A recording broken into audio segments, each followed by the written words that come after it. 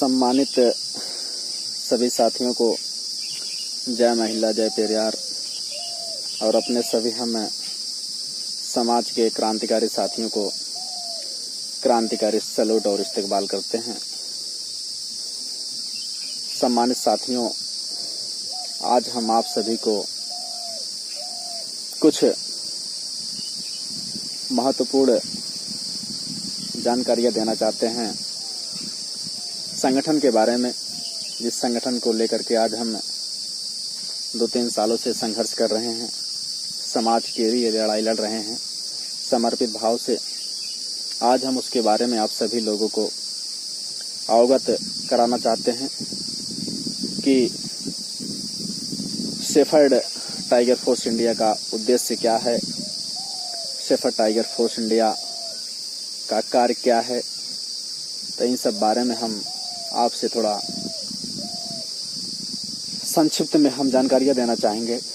तो आइए आज हम बात करते हैं संगठन के बारे में। सबसे पहले हम आप सभी लोगों को अपना परिचय बता देना चाहता हूं। मैं Shepherd Damupal, Shepherd Tiger Force India का राष्ट्रीय अध्यक्ष। एक बार पुनः मैं अपने समस्त भाइयों को, समस्त समाज के लोगों को प्रणाम करता हूं, नमस्कार करता हूं। साथियों, जब से हमने यह शेफर्ड टाइगर फोर्स इंडिया का गठन किया हुआ है,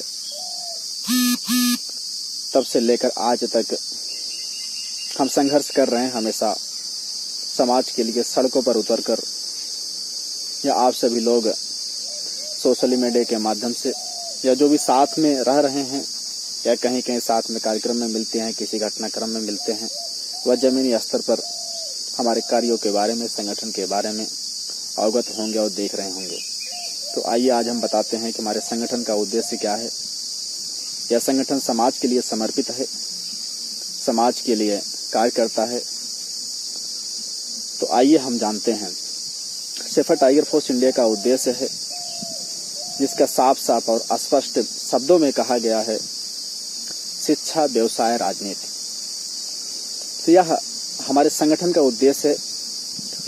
इन 3 उद्देश्यों को लेकर के हम संगठन का विस्तार समूचे भारत में कर रहे हैं और इस उद्देश्य को देने वाले शेफर्ड टाइगर फोर्स इंडिया के ही संस्थापक सदस्य एवं राष्ट्रीय उपाध्यक्ष माननीय अनिल कुमार पाल जी हैं।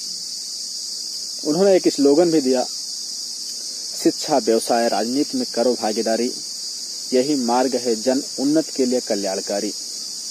तो शेफर्ड टाइगर फोर्स इंडिया संगठन का यही उद्देश्य है और इन्हीं 3 उद्देश्यों में सब कुछ समाहित है। वो कोई भी किसी प्रकार का मुद्दा क्यों न हो, चाहे वह अत्याचार शोषण का मुद्दा हो, चाहे वह हमारा किसी अधिकार का मुद्दा हो, चाहे वह सामाजिक या फिर राजनीतिक या फिर शैक्षिक, कुछ भी हो, या XYZ किसी भी प्रकार का कोई भी मुद्दा हो, इन्हीं 3 मुद्दे में सब कुछ समाहित है।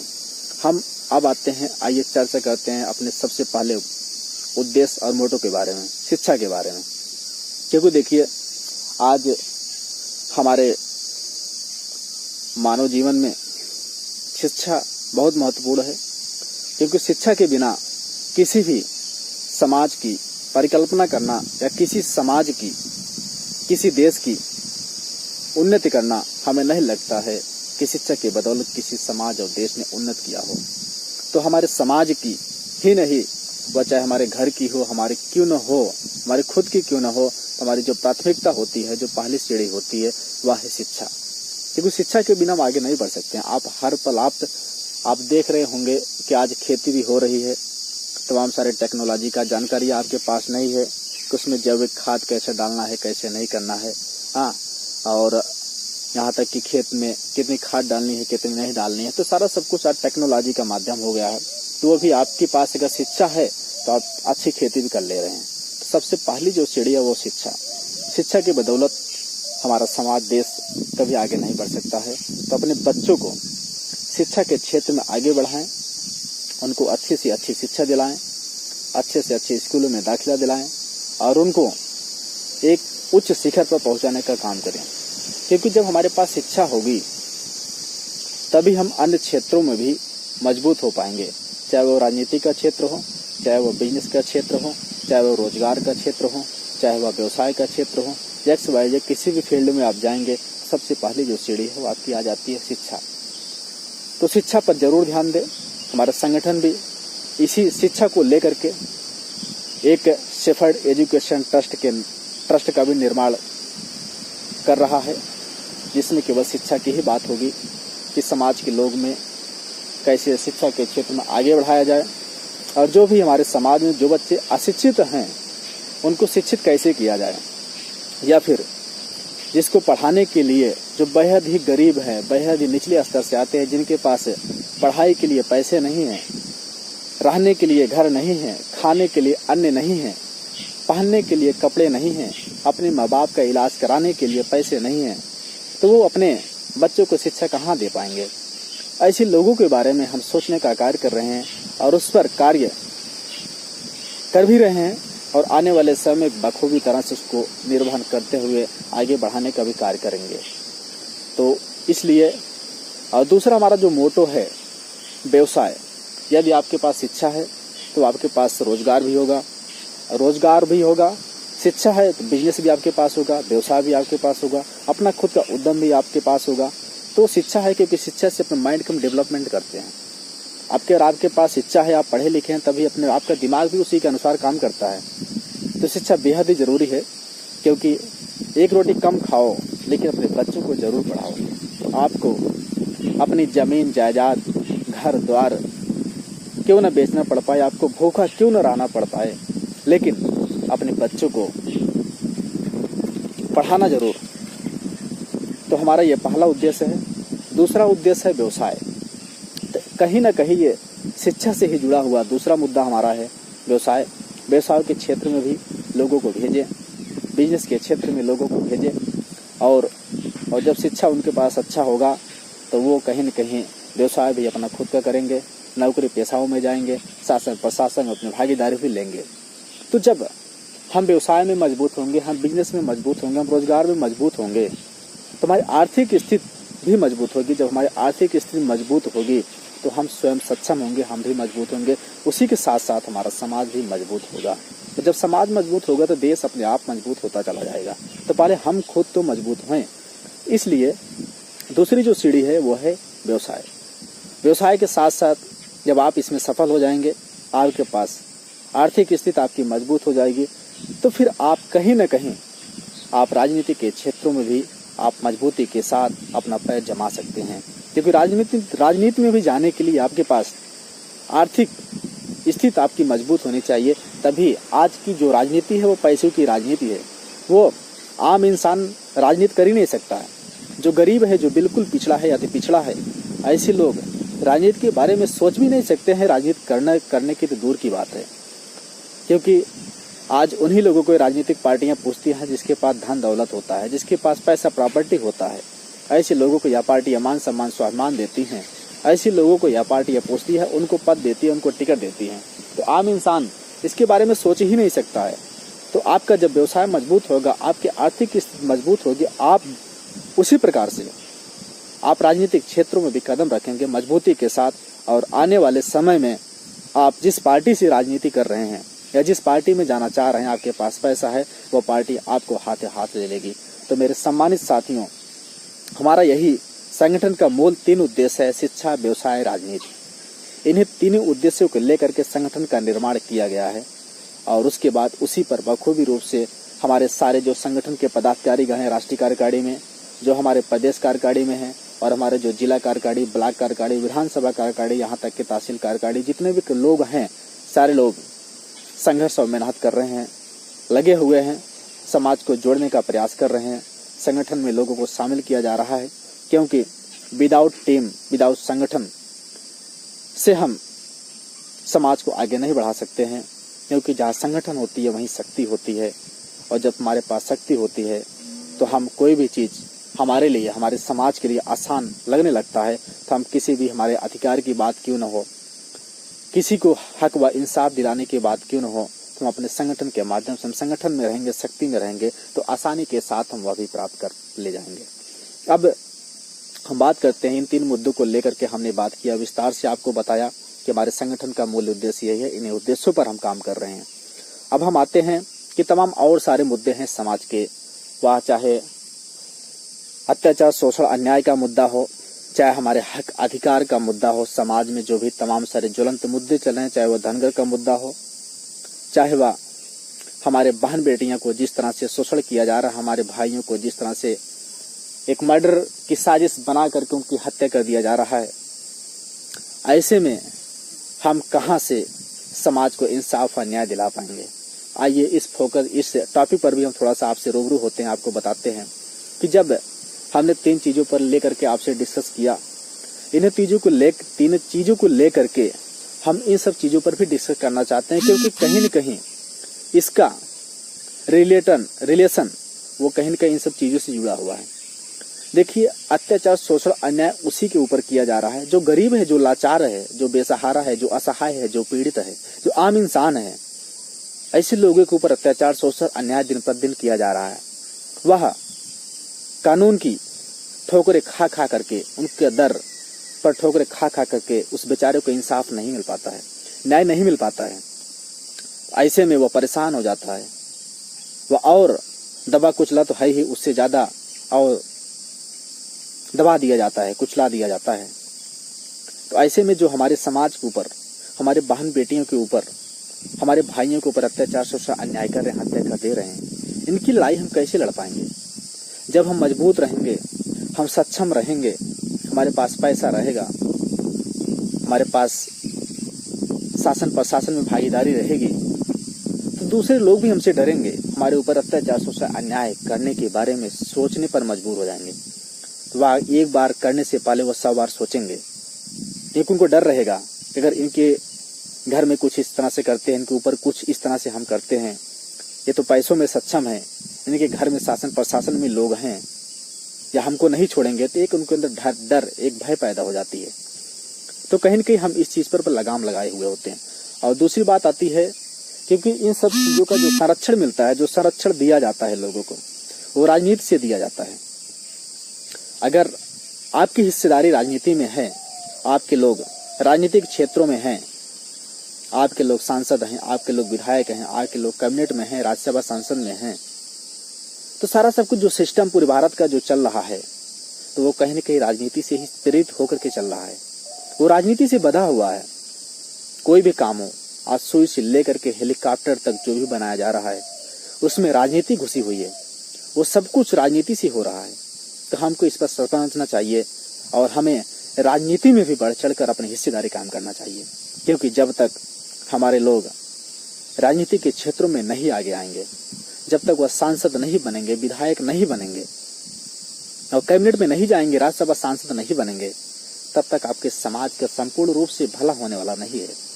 क्योंकि डॉक्टर बाबा साहब भीमराव अम्बेडकर जी ने कहा था कि राजनीति ही एक ऐसी चाबी है जिससे दुनिया के सारे दरवाजे खटखटाए और खोले जा सकते हैं, तो वह है राजनीति। तो हमें राजनीति के क्षेत्रों में भी अपनी पकड़ बनानी चाहिए। हम जिस पार्टी में हों, उस पार्टी में अपने समाज को, वर्चस्व को बरकरार रखते हुए समाज के भाइयों को न्याय व इंसाफ दिलाने का काम करें। उनके लिए हम लड़ाई लड़े। हम राजनीतिक फील्ड में क्यों जाते हैं, हम राजनीतिक पार्टियों में क्यों जाते हैं? इसलिए जाते हैं ना कि हम वहां से संरक्षण लेंगे, वहां से हम समाज को कुछ न्याय व इंसाफ दिलाने का काम करेंगे, वहां से हम समाज को कुछ ला करके देंगे, इसलिए जाते हैं, ना कि वहां हम इस्तेमाल होने जाते हैं। लेकिन आज का जो समय है वह बहुत ही दयनीय है, क्योंकि जो भी हमारे समाज के नेता जितने भी हैं, वो जिस पार्टी में गए हुए हैं, तो हमें नहीं लगता है कि समाज को कुछ दे पाए हैं, बल्कि उस पार्टी में जाकर के समाज के सौदेबाजी तो करते हैं, समाज की ठेकेदारी तो करते हैं। लेकिन जब भी कोई समाज के व्यक्ति उनके पास जाता है, अपना दुख दर्द लेकर के जब उनके पास जाता है, तो बेचारा निराश होकर के लौटता है, हताश और उदास होकर के लौटता है। तो बड़ा दुख होता है, मन में बहुत पीड़ा होती है कि आखिर हम इनको भेजते क्यों हैं? इसलिए भेजते हैं ना कि ये हमारे लिए लड़ाई लड़ेंगे, ये हमारे अगुआ हैं, हमारे नेतृत्वकर्ता हैं, हम इनका साथ देते हैं, इनके चुनाव में हम प्रचार करते हैं, इनकी जय जयकार करते हैं। इसलिए करते हैं ना कि समाज का भला करेंगे, समाज का विकास करेंगे। लेकिन होता क्या है, पूरा उसका अपोजिट होता है, उल्टा होता है। चुनाव के समय उनको आपकी जरूरत होती है, लेकिन चुनाव बीत जाता है, तब आपको उनके पास दौड़ना होता है, लेकिन फिर भी वह नहीं सुनते हैं। ऐसा होता है ना, सबके साथ होता है। लेकिन साथियों, अपने हैं, हमारे समाज के हैं, तो भी दर्द होता है कि नहीं, अगर हम इनको आगे नहीं बढ़ाएंगे तो हम आगे किसको बढ़ाएं। ऐसे अन्य लोगों को भी हम आगे बढ़ाते हुए आज जब से देश आजाद हुआ तब से लेकर के आज तक हम हमेशा अपना वोट देते चले आए हुए हैं, फ्री में वोट दे रहे हैं, फ्री में, लेकिन फिर भी हमारा कोई वजूद नहीं रह गया है, हमारा कोई वर्चस्व नहीं रह गया है। हम सिर्फ वोट दे रहे हैं, वोट देने का काम कर रहे हैं, लेकिन हमने कभी रिजल्ट की तलाश नहीं किया। देश को आजाद हुए 70-72 वर्ष होने वाले हैं या हो भी गए हैं, लेकिन फिर भी जिस हिसाब से हमारे पूरे भारत देश में जनसंख्या है, या उत्तर प्रदेश में हमारी जिस हिसाब से जनसंख्या है, जो सरकारी आंकड़ा वो बताता है 4.43 के आसपास हम हैं, अगर इसके हिसाब से भी हमारे समाज को राजनीतिक हिस्सेदारी मिल जाए तो भी आपके समाज के लोग विधायक कम से कम 15-20 तो एमएलए होंगे, 4-5 तो सांसद जरूर ही होंगे, लेकिन उसके हिसाब से भी, सरकारी आंकड़ों के हिसाब से भी आपके समाज को जनसंख्या के हिसाब से हिस्सेदारी नहीं दी जाती है। तो कहीं न कहीं इसमें हमारा भी दोष है, हमारे जो राजनीतिक नेता हैं, जो राजनेता हैं, इन लोगों का भी दोष है, जो अगुवाकार है, जो नेतृत्व करता है, इन लोगों का भी दोष है, क्योंकि हमको इनको पीछे चलना होता है, जहां लेके चलते हैं वहां हम चलते हैं। लेकिन इस पर हमें चिंतन और मंथन करना होगा। अब अगर हम वोट दे रहे हैं तो हमें उसकी कीमत भी तो मिलनी चाहिए। कीमत का मतलब यह नहीं कि हमको पैसा मिलना चाहिए, कीमत का मतलब यह है कि अगर हम वोट दे रहे हैं, हमारे समाज को राजनीतिक हिस्सेदारी भी मिलना चाहिए, हमारे समाज के लोग सांसद भी बनने चाहिए, हमारे समाज के लोग विधायक भी बनने चाहिए, हमारे समाज के लोग कैबिनेट में भी जाने चाहिए, हमारे समाज के लोग राज्यसभा सांसद में भी जाने चाहिए, हमारे समाज के ब्लॉक प्रमुख भी बनने चाहिए, जिला पंचायत सदस्य भी बनने चाहिए, जिला पंचायत अध्यक्ष भी बनने चाहिए, बीडीसी ग्राम प्रधान भी बनने चाहिए। तब जाकर के आपके समाज का संपूर्ण रूप से भला हो पाएगा। इन फील्डों में, इन क्षेत्रों में आपके समाज के लोग आगे आएंगे। हमने बहुत पहले से देखा कि हमारे जो पूर्वज थे या हमारे समाज के जो लोग थे, उन्होंने जिस प्रकार से संघर्ष किया, मेहनत किया समाज को आगे बढ़ाने के लिए, हम उनको नमन करते हैं, सैल्यूट करते हैं। तो थोड़ा सा प्रयास तो किया, मेहनत तो किया।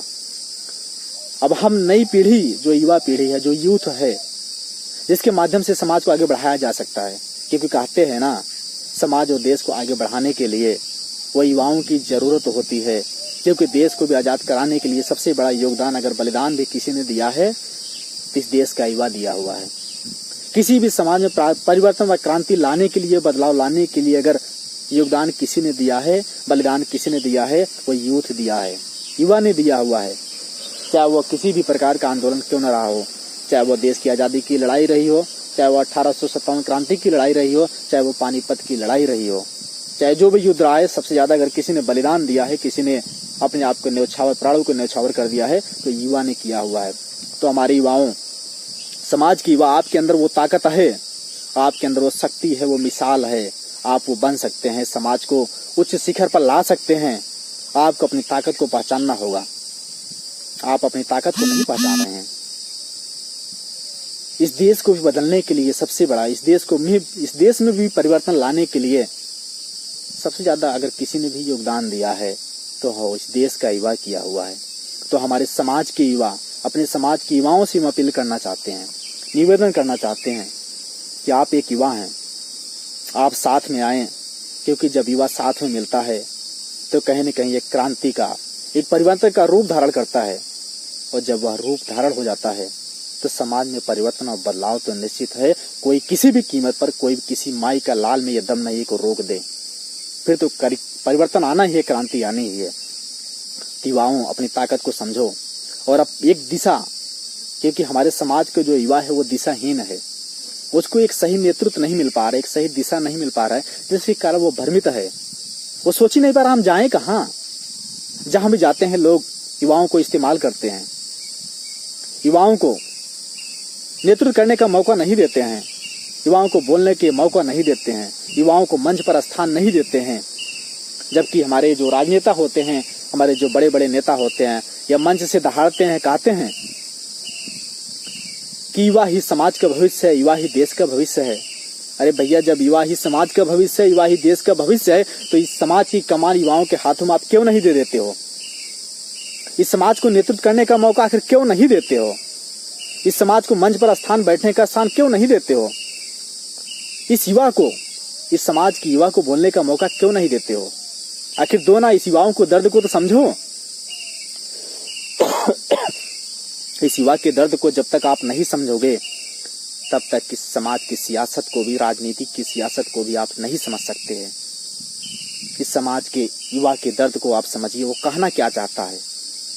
क्योंकि आज मैं देख रहा हूं पूरे भारत देश में या उत्तर प्रदेश में, जहां भी कोई घटनाएं घटित होती है, जहां भी कोई अत्याचार, शोषण, अन्याय किया जाता है, बहन बेटियों को सताया जाता है, प्रताड़ित किया जाता है, उनके साथ बलात्कार कर दिया जाता है, ऐसी घटनाओं पर, ऐसे तात्कालिक घटनाओं पर, ऐसे ज्वलंत मुद्दों पर अगर सबसे पहले कोई पहुंचने का कार्य करता है, तो वो इस समाज का युवा पहुंचने का कार्य करता है। तो जब हम उनके दुखद क्षणों में उनके साथ खड़े होंगे, उनको हम आश्वस्त कराएंगे, उनके दुख दर्द बांटने का काम करेंगे, तभी तो हमारे साथ जुड़ेंगे, तभी तो हमारे साथ आने का काम करेंगे। या सिर्फ हम मंच पर बड़े बड़े लच्छेदार भाषण देने से समाज का भला नहीं होने वाला है। हमें उनके दुख दर्द को भी समझना पड़ेगा, हमें वहां भी जाना पड़ेगा, उनकी न्याय व इंसाफ की लड़ाई लड़नी पड़ेगी। तभी आपको समाज की न्याय मिल सकता है, तभी आपके समाज को इंसाफ मिल सकता है, तभी आपका समाज तरक्की कर सकता है। आप लाख तरक्की कर लो, लाख करोड़पति, लखपति आप बन जाए, क्या फर्क पड़ता है? जो आपके पीछे हैं, आपके पिछड़े हुए आपके समाज के लोग हैं, जब तक आप उनको भी आगे बढ़ाने का कार्य आप नहीं करते हैं, तब तक कैसे मैं मान लूं कि आपका समाज आगे बढ़ गया है? तो सम्मानित साथियों, ज्यादा कुछ न चर्चा करते हुए बस यही इतना कहना चाहेंगे आप सभी लोगों से। आप सभी लोगों का हम साथ चाहते हैं, आपको मौका देना चाहते हैं, युवाओं को नेतृत्व करने का मौका देना चाहते हैं, और इस समाज की युवाओं को हम आगे लाना चाहते हैं। उनकी प्रतिभा का हनन नहीं होने देना चाहते हैं, उनकी प्रतिभा को हम उजागर करना चाहते हैं, निखारना चाहते हैं। तो आप आए, साथ में आए, आपको एक प्लेटफार्म दिया जा रहा है, आपको नेतृत्व करने का मौका दिया जा रहा है, आपको बोलने का मौका दिया जा रहा है। एक युवाओं के टीम का गठन कर रहे हैं, एक यूथ को मजबूत करना चाहते हैं, क्योंकि आने वाले समय में समाज के लिए बहुत बड़ा कार्य करना है। जो हमने सोचा है या जो हमारे समाज के जो पूर्वज का जो सपना रहा है, उस सपने को साकार करना चाहते हैं। इस समाज को आगे ले जाना चाहते हैं, आगे बढ़ाना चाहते हैं, इस समाज में क्रांति पैदा करना चाहते हैं, ताकि इस समाज का भी नाम देश दुनिया में रोशन हो सके और समाज को आगे बढ़ाया जा सके। क्योंकि आज समाज की जो पहचान होनी चाहिए, जिस हिसाब से हम कहते हैं ना कि हमारी समाज वो नेशनल नहीं इंटरनेशनल कास्ट है, या तो बातें सत्य है कि इंटरनेशनल कास्ट है, लेकिन इसको बताना पड़ेगा लोगों को कि यह सत्य के साथ साथ वाकई में है भी या इंटरनेशनल कास्ट। तो यह हमको कुछ न कुछ क्रांति करने के बाद ही इस चीज का हम एहसास करा सकते हैं, बता सकते हैं लोगों को कि हम नेशनल नहीं इंटरनेशनल कास्ट हैं, जो पूरे देश दुनिया में हमारी जातियां पाई जाती है। भारत देश का ऐसा कोई प्रांत नहीं बचा है, ऐसा कोई प्रदेश नहीं बचा है जिसमें हम बिलोंग नहीं करते हैं, या भारत देश का कोई ऐसा विधानसभा कस्बा नहीं है जिस प्रदेश में, जिस जनपद में, जिस जिले में, जिस कस्बे में हम ना निवास करते हों। तो आप बहुत तादाद में है, बहुत संख्या में आप अपनी ताकत को पहचानना होगा, और उस ताकत को पहचानते हुए हमें आगे बढ़ना होगा, अपनी हिस्सेदारी की मांग करनी होगी। क्योंकि आज का वो समय है यहाँ मांगने से कुछ नहीं मिलता, यहाँ छीना जाता है। कहते हैं ना, एक माँ भी अपने बच्चे को दूध तब तक नहीं पिलाती है जब तक वो रोता नहीं है। तो मेरे सम्मानित साथियों, आपको अपने हक, अपने अधिकार वह छीनना पड़ेगा, चिल्लाना पड़ेगा, मांगना पड़ेगा, रोडों पर उतरना पड़ेगा, सड़कों पर उतरना पड़ेगा, अधिकार की लड़ाई लड़ना पड़ेगा। आप घर में बैठे रहोगे तो कुछ नहीं मिलने वाला है। क्योंकि काशीराम जी ने कहा था, निकलो घरों मकानों से, जंग लड़ो बेईमानों से। जो ये बेईमान टहल रहे हैं, आपका जो शोषण कर रहे हैं, आपका जो हनन कर रहे हैं, आपके अधिकारों का हनन कर रहे हैं, ऐसे बेईमानों को सबक सिखाने के लिए आपको घर में से बाहर निकलना पड़ेगा। सड़कों पर, सड़क से लेकर के संसद तक आपको लड़ाई लड़नी पड़ेगी। उसमें आपको अपनी जान की भी परवाह नहीं करनी है, तभी आपके समाज को आगे बढ़ाया जा सकता है, तभी आप समाज को इंसाफ दिलाया जा सकता है। वरना समाज जैसे पिछड़ रहा है वैसे आने वाले समय में भी पिछड़ता चला जाएगा। क्योंकि आप देख रहे हैं ना, एक समय ऐसा था कि हमारे समाज में कई सांसद हुआ करते थे, कई विधायक हुआ करते थे, 2-4 कैबिनेट में हुआ करते थे।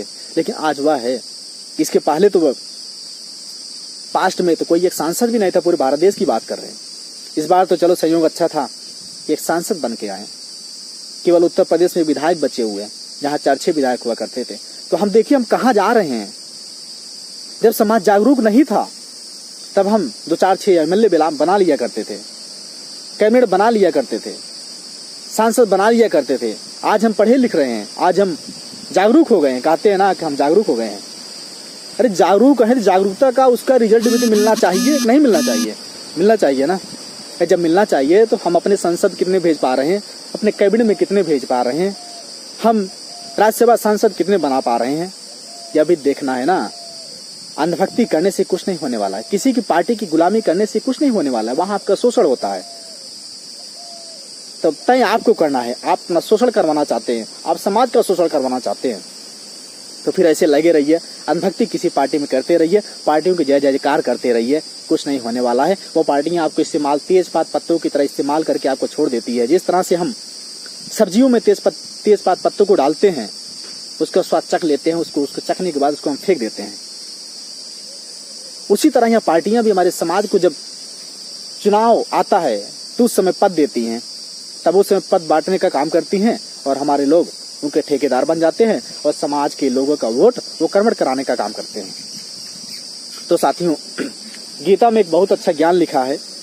कहते हैं ना, पहले हमारे पूर्वज भी कहा करते थे, आज भी काफी लोग कहते हुए हैं, जिनको गीता का ज्ञान है, वो लिखते हैं या कहते हैं कि कर्म करो, फल की चिंता मत करो। लेकिन मेरे सम्मानित साथियों, मेरे दोस्तों, मेरे समाज की युवाओं, क्रांतिकारी साथियों, मैं आपसे कहना चाहता हूं कि आज समय है फल की चिंता करने की। क्योंकि अगर हम पढ़ाई कर रहे हैं, हम एग्जाम दे रहे हैं, हमें रिजल्ट की भी तलाश रहती है ना, कि हम कितने मार्क्स पाए हैं, कितना परसेंटेज हमारा बना हुआ है। उसी प्रकार अगर हम समाज को, अगर हम जब चुनाव आता है हम वोट दे रहे हैं, तो हमें यह भी तो देखना चाहिए कि हम अपने समाज के कितने सांसद बना पा रहे हैं, कितने विधायक बना पा रहे हैं, कितने जिला पंचायत सदस्य बना पा रहे हैं, कितने जिला पंचायत अध्यक्ष बना पा रहे हैं, या फिर कितने हम कैबिनेट राज्यसभा सांसद में भेज पा रहे हैं। इस पर भी हमको चिंता करने की आवश्यकता है कि नहीं है?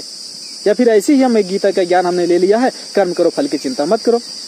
अगर ऐसा ले लिया है तो कोई बात नहीं, फिर आप लिए रहिए, तो ऐसे कहते रहिए कर्म करो फल की चिंता मत करो, फल तो ऊपर वाला आएगा, देगा ही कहीं न कहीं से।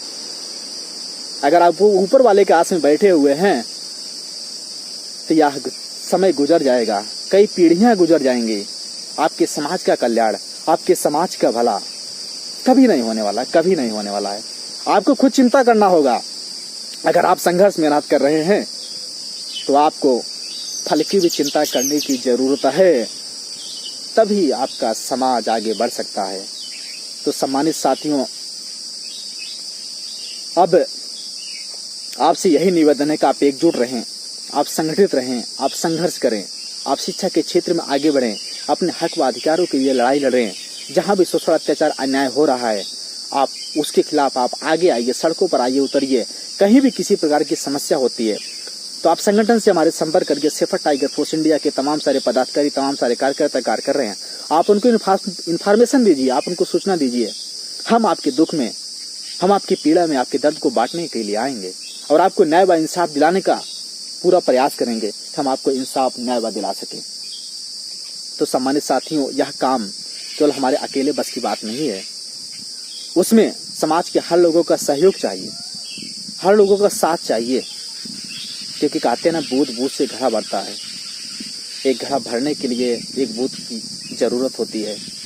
उसी प्रकार हमारे समाज को भी जोड़ने के लिए, हमारे समाज को आगे बढ़ाने के लिए, यूनाइटेड करने के लिए एक एक लोगों की बहुत महत्वपूर्ण आवश्यकता है। तो आप आइए, संगठन में आप जुड़िए, संगठन आपका है, आपका स्वागत है। जहां भी आप काम करना चाहते हैं वहां आप उस स्तर पर संगठन में जुड़ करके आप काम कर सकते हैं। आप पदाधिकारी बनकर आप सेवा कर सकते हैं समाज के लिए। आप कार्यकर्ता बनकर समाज के लिए सेवा कर सकते हैं, आप सदस्य बनकर समाज और देश के लिए सेवा कर सकते हैं। और आपको यह भी बता दें कि एक देश सेवा कर रहा है, STF, आपने नाम सुना होगा STF का। STF देश सेवा कर रहा है, वो देश के लिए समर्पित है। जहाँ भी कोई ऐसी बात होती है STF तुरंत वहाँ पहुँचता है। उसी प्रकार यह STF ऐसा है, शेफर्ड टाइगर फोर्स इंडिया, जिसके शार्ट में नाम है STF, जो समाज की सेवा कर रहा है। समाज को जब भी कभी जरूरत पड़े तो आप STF को जरूर याद करिएगा, शेफर्ड टाइगर फोर्स इंडिया संगठन को जरूर याद करिएगा। यह हमेशा आपके साथ कंधे से कंधा मिलाकर चलने का पूरा प्रयास करेगा और समाज को जोड़ने का प्रयास करेगा। समस्त भारत देश में जितनी भी जातियां निवास करती हैं, हमारे तमाम नामों से जाना जाता है, वह जितने भी प्रदेशों में हैं, हमारा प्रयास है सबको जोड़ने का है। जम्मू कश्मीर में, हिमाचल प्रदेश में, उत्तराखंड में, पंजाब में, कर्नाटका में, तेलंगाना में, हिमाचल प्रदेश में, और यहाँ तक कि झारखंड में, बिहार में, गुजरात में और मध्य प्रदेश में, दिल्ली में, तमाम जगह हम संगठन का विस्तार कर रहे हैं। आप भी जुड़ करके इस संगठन का सहयोग करें, संगठन को आगे बढ़ाने का कार्य करें, जिससे आने वाले समय में यह एक मजबूत और सशक्त संगठन समाज के लिए बन सके और हम समाज की लड़ाई लड़ने के लिए समाज की आवाज़ बुलंद कर सकें। और उसके लिए हमने एक चैनल का भी निर्माण किया है, जिसका नाम है GTS 24 न्यूज़ चैनल। तो आप उसका भी आगे बढ़ाने का कार्य करिए, क्योंकि उस चैनल के माध्यम से हम समाज की आवाज़ को बुलंद करना चाहते हैं, समाज की आवाज़ को उन तक, जन जन तक पहुंचाना चाहते हैं, आपके दर्द को लोगों को बताना चाहते हैं। क्योंकि जब तक लोग आपके दर्द को समझेंगे नहीं, तब तक आपके लिए कोई लड़ाई लड़ने को तैयार नहीं होगा। तो आपके दर्द आपको बताना पड़ेगा। तो उसके लिए हमने GTS 24 न्यूज़ चैनल का भी निर्माण किया हुआ है। आप उसको अधिक से अधिक सब्सक्राइब करेंगे और लोगों तक उसको पहुँचाने का कार्य करेंगे। तो सम्मानित साथियों, अब ज़्यादा कुछ न कहते हुए, फिर नेक्स्ट टाइम जब भी हम लाइव आएंगे या जब भी कुछ इस तरह का हम वीडियो बनाएंगे, आपसे ज़रूर अवगत होंगे। तो बस इसी के साथ हम विदा लेते हैं। जय महिला, जय पेरियार। धन्यवाद आप सभी सम्मानित साथियों को। मैं एक बार फिर से परिचय देना चाहूँगा। मैं Shepherd Damopal, Shepherd Tiger Force India का राष्ट्रीय अध्यक्ष।